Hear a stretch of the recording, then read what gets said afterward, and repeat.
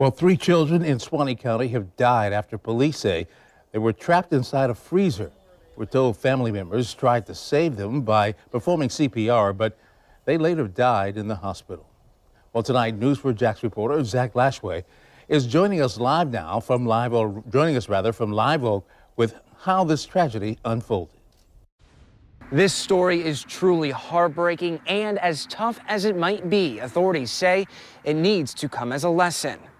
It is against Florida law to leave or discard appliances outside your home. Hours after 3 children got trapped inside a chest freezer outside this home, you can see a washer or dryer sitting in the yard.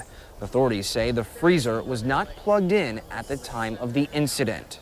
First of all, make sure you know where your children are at all times, especially the younger kids like this.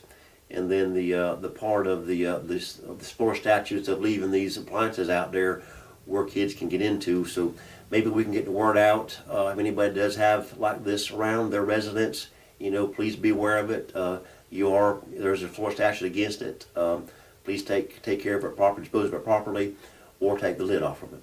According to Suwannee County Sheriff Sam St. John, 2 families lived inside this home, a woman and her 2 grandchildren, a 6-year-old boy who was in kindergarten at Suwannee Primary School, and his 1-year-old sister.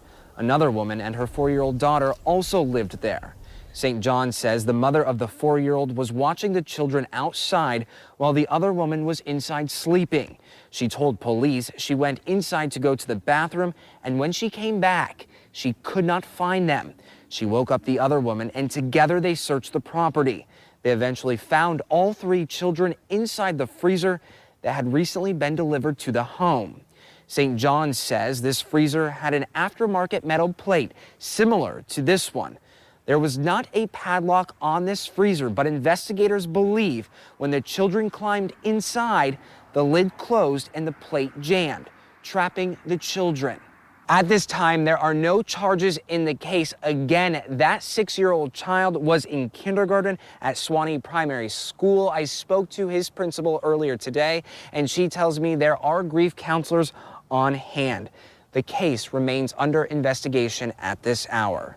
In Live Oak, I'm Zach Lashway, Channel 4, the local station.